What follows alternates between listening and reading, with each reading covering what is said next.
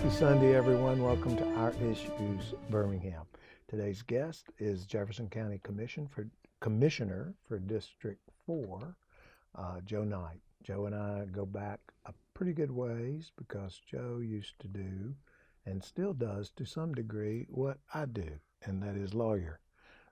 And he did some criminal defense work, I know, but at some point in time, he was bitten by a vampire, and he decided to get into politics. Is that correct? How'd that happen, Joe? Well, I initially got into politics a little bit back when I ran for circuit judge. Ah, I ran for circuit judge back when Judge Wynn was on the bench and he retired. Lord. And so I entered my name for that position. And then Judge Houston Brown got appointed to that position. So then people was going, "Why are you running against Judge Brown?" Because he's a great guy. And I Was it on the civil side? "Yes."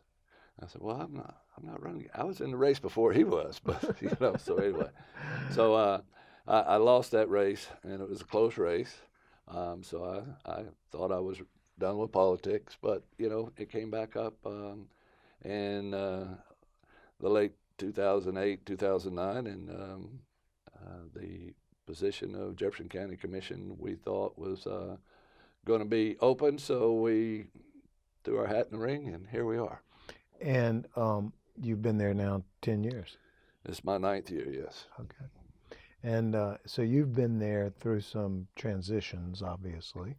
Very much so. And yes. You've been there through the consent decree. Well. And the bankruptcy. Yes. Can you... Well, consent decree preceded me. Oh, yeah. But years, the consent decree is winding down. Yes, yes. Is that a burden that you feel is being lifted off the county? Jefferson County, the Personnel Board in Birmingham got sued in 1974.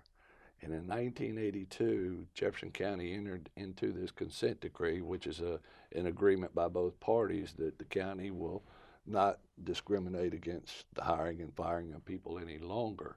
But that has gone for almost 40 years. And when we came in, there was actually the federal court appointed a receiver. So the receiver kind of took over the hiring and firing practices for several years. And we, as the commission, did our best with the new county manager to work with the receiver. And that receivership ended almost a year ago. So we're not under the receivership, but we're still under the consent decree with the monitor. And we're hoping to wind down the whole consent decree and be dismissed from the federal supervision, hopefully in the next 6 months. And are there safeguards now in place? Oh, absolutely. That will not get us back to where we were? Yes, I think so. And the policies in place, the HR division at the county is very much structured so that you don't have people getting a job because they know somebody. There's a process you go through with the personnel board. The personnel board then sends a list to the county. Our HR people review it. And then, the hires are made based on, ability without, regard to any kind of race or ethnicity or anything. But these are not just county jobs. There are certain municipalities that are also a part of that Jefferson County Personnel Board. There are, but the county and the consent decree, the personnel board is out from under the consent decree years ago. Birmingham was out from under the consent decree. We're still under the consent decree, but we hope to exit very soon. But yes, the municipalities are also under the personnel board. So some of them. Yes. Now, with respect to the bankruptcy, were you there pre-bankruptcy or during bankruptcy? Yes. And what have you seen in terms of the benefits derived from having come out from under that? Well, that was historically speaking. There was a very big concern about if we go bankrupt, it's going to ruin Birmingham, it's going to ruin Jefferson County. That was one of the toughest decisions that I felt like I had to make while a commissioner. But we did decide to file the bankruptcy. But we exited the bankruptcy within a couple of years, and it hasn't had the detrimental effect that the naysayers said it was going to have. Actually, it gave It's us had a positive effect, hasn't yes, it? it gave us a chance to restructure and kind of reset, so to speak, in the county. And so Which uh, is what bankruptcy is all about. it is. Most people think, well, you get to discharge all your debts and start anew. In Chapter 9 bankruptcy, that's a little different, but it does give you an opportunity to restructure. So that's what we've done. And take a breath. Yes, yeah. So it's been a positive thing. Were you there? We didn't have a county manager Correct. until I don't know what year. You probably 2011, I think, is when the So legislation was passed. that was certainly a help for, especially with Tony involved. I know Tony Patelis, and Yes. I know he did a good job in Hoover, and Right. he seems to do a good job for you guys. And that it separates the power, so to speak. Now and still in Alabama, a lot of the county commission is both the executive and the legislative branch. But here, with having a county manager who runs the day-to-day operations of the county, we're now more of the legislative body who sets the policies and the rules and stuff like that. But we don't actually manage the day-to-day, because before you could actually appropriate some money and then decide how it got spent. That's not the case. So this is more balanced. Absolutely. You've also been around long enough to see some comings and goings of the makeup of the commission. Right. So before we go there, let's take a break. Sure. And we'll let you talk about it when we come back. Okay. This is Our Issues Birmingham. Don't go away. We'll be right back.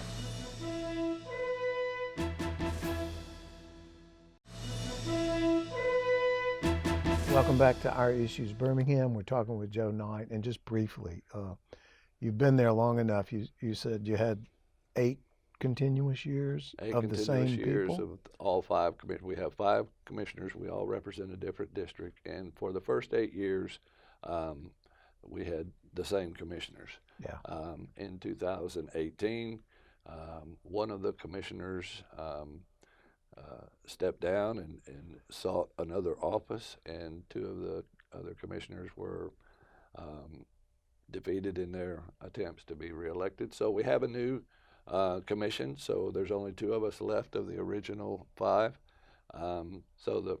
There's a bit of a transition, getting used to the new people and that sort of thing. But it's going pretty well. Yeah. We've had our bumps in getting used to new commissioners and that sort of thing. But I think it's going to be fine. Cooper Green. That's an issue that's very dear to a lot of people in this community, because there's such a lack of healthcare services for so many of the people, particularly in light of the cost of healthcare, and the inability of a large segment of our population to be able to afford healthcare. Right. So I know recently we closed Cooper Green, and now we're about to reopen it, or it turned into something that it wasn't before, and now it's transitioning into being back to a hospital, I think. Well, no, That's not right? no. In 2012, we closed the inpatient hospital services at Cooper That's what I Green. meant. Right. We did that. We kept the clinics open. Right. And they're still open. Right. Now, what we're doing, and what we did, instead of having our own hospital, we would contract with other hospitals, UAB and Baptist Princeton and St. Vincent's. And so what we would do, if one of the Cooper Green patients under our Cooper Green system went into those hospitals, then we would pay by contract those hospitals for the inpatient hospitalization. But the Cooper Green issue, and it goes back to 1888 when Wow. the lady managers, who were the wives of businessmen in Birmingham, got together and decided that, look, we really do need a way to care for the county's sick poor. Birmingham was, formed in 1871. So within 15 years, we had a large influx of people. And so what these lady managers, this board did, was recognize the need to take care of the county's sick poor. So the first hospital they opened was United Charities Hospital. It was a 28-bed hospital on 20th Street, and that's so it goes that far back, That's where the amazing. county has tried to take care of the indigent and the poor. The Cooper Green Hospital was built in 1972. It was a 319-bed hospital, um, built to take care of the indigent patients. It's an 8-story facility down there on 6th Avenue, but the the the goal was never met to, have enough patients to justify, you know, keeping that hospital up and running. Um, and now it's a facility that's 50 years old. It's 8 floors. We, by the time we closed the inpatient portion, it was designed to have 250 patients a night in your hospital. By the time we closed it, we were down to 35 to 40 patients a night. So we could no longer justify. And they were running over budget. So they were dipping out of the general fund in order to keep it going. 3 weeks into our term in 2010, we lost the occupational tax. So that was a big hit to the general fund, and we could no longer afford to supplement the hospital. Um, Where did it fund? Where does its funding come from, independent of the county? In 1965, the legislature passed a 1 cent sales tax, and then a tax on hard liquor, and that's called the Indigent Care Fund. Wow. And so there's a separate fund specifically designed for taking care of the Which indigent. comes from essentially a sales tax Yes, increment. yeah, So we have seen the history. right. What's the future? Well, we continue to work with the hospitals. We continue to work with some outlying clinics. We were going to develop the hub and spoke model, so to speak, so that we're trying to get the healthcare out to the people. It hasn't worked as well as we thought it would be. And in 2000, I believe 15, the legislature passed an act that says a university can partner with a county to set up a healthcare authority. So we've been working on that for almost 2 years, trying to put that together. How's it going to work? And 2 weeks ago, we passed a resolution at the county and made an agreement to enter into an agreement with the University of Alabama Birmingham Health Services Foundation. The Health Services, and we will form a healthcare authority, and that will now operate the Indigent Care Fund will now go to that entity. UAB. Yes. Well, it's the healthcare authority. Yeah. Yeah, that's what I'm talking about. So that fund will go there, and we will now partner with UAB, who are the experts at For sure. delivering care. So we're excited about that. We'll probably make the final transition. Probably we're shooting for around the 1st of April, to where we transition from the county running the healthcare to that healthcare authority. And is the facility the same? The facility will be the same initially, because we have to operate, but that facility is not designed to run clinics. It was designed as a hospital. Mm-hmm. So what we're going to do is, hopefully over the next few years, build a specific healthcare facility for clinics, so that patients will be able to go there. And if they need hospitalization, we'll continue to contract with the partners out there and UAB for inpatient care. But we do need to build a new facility, because it's an antiquated building now, built over 50 years ago. It's costing the county over $1 million a year we could save $1 million a year just by building a new facility. Good information. Yeah. Don't go away. We've got one more segment to talk Okay. about some other stuff. This is Our Issues Birmingham. We'll be right back. Welcome back to Our Issues Birmingham. We're talking with Joe Knight, a good friend and Jefferson County Commissioner. So we got a big event coming to town called the World Games. And I assume the county and the county commission are all into what's happening with that. We are. They'll be here in 2021 in July. It's a 10-day event. Wow. World Games started in the United States in 1984. That was the first one in Southern California. They have not returned to the United States since then. They've Oh, been all really? over the world. Correct. So this will be the second time that the World Games will be in the United States. Now, what distinguishes the World Games from the Olympics, I've learned, are the sports that participate to some Correct. degree. I mean, Correct. there's some overlap, but Correct. they're different sports. Correct. What, for example?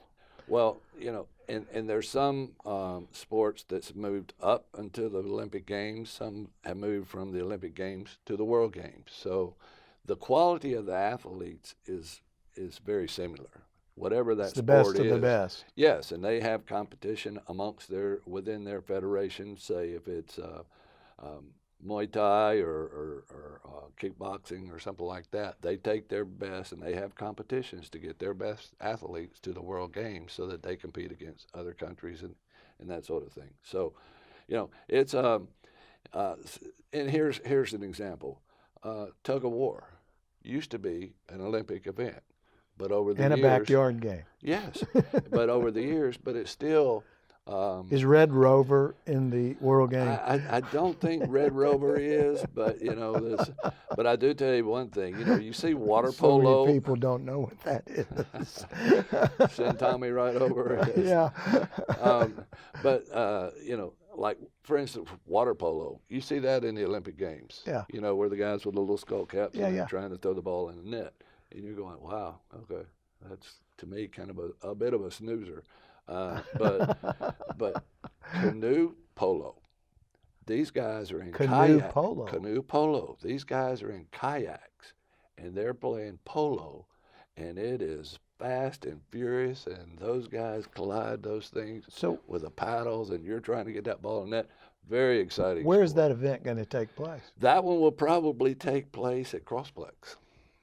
There's water out there? Yeah, at the pool. At the pool? Yeah. It's in a pool? Yes. It's not in an open lake-like thing? But we will have water events at Oak Mountain. You got ski jumping, you got wakeboarding, that sort of thing. We have bowling that's going to be in the Trustful area. You have billiards, plus all the other sports like the fighting and that sort of thing. So it's going to be an exciting So it time. will impact not just the city of Birmingham, but Jefferson County and and the surrounding a good area. number Correct. of the municipalities Right. that surround Jefferson Another County. one will be beach handball, which is similar to beach volleyball, except you're playing handball on a beach, and that's an exciting event. That'll be good for the youngsters. They'll love that one. I actually got to go to Poland to see the World Games a couple of years ago, so it's to kind of get an idea of what to expect. But we have a lot of work to do because you got to have the security. That's what I was going to ask. How do you get ready for that? 4,000 athletes from over 100 countries. But the significant thing about that is those countries will bring their press corps here. So they will have, because they're promoting their own country, they're promoting their own sport. And so we're going to be a showcase all over the world. So it's an exciting time for us to show the world who we are. I've read horror stories about housing for Olympic athletes on occasion in Correct. certain countries. Correct. Where do we house 4,000 athletes We're going from to all house over the them world? in Birmingham Southern and Lawson State, or UAB. In the, So we're dormitory type setting? Yes. We'll have that so that we can secure them. But you have the logistics of getting them to the events, getting them back. So, I mean, And what about the people that are staying today in that dormitory? Where do they go? Well, it'll be in the summer, so it'll be in July. So it'll be off. And it's 10 days? It's a 10-day. And I trust be worldwide TV coverage and Absolutely. all that. So they'll bring their own press. So you'll have a lot of hotel taxes being collected. Well, it should have an economic impact on the city. It will. but And the it's county. but it's you got to provide the security and that sort of thing. So it's a big task for us. Jonathan Porter is heading that World Games committee up, doing an excellent job. Is he a local guy? Yeah, he's with Alabama Power. Oh, okay. Yeah, and so he's heading that up. But that you have to raise money in order to promote these events. We were going to try to have that stadium built, but we're not going to do it in time. So the opening and closing ceremonies will be at Legion Field. We were going to do the closing ceremony at Regions Field at one time, but it's not big enough to do what we want to do. Yeah, no, Plus, no. it's in the middle of the baseball season, so we'll have the opening and closing at Legion Field. Real briefly, is the stadium going to get open at some relatively current date? The new stadium It should be open in 2021, we think, toward the end. but it's not going to be in time for the World Games. Joe, thanks for being with us. Well, thanks for This was having a great me. interview. Thank you I very much. appreciate it. Good to see you. Good to see you Yes, as sir. well. This is Our Issues Birmingham. Thanks for being with us. We'll see you next week.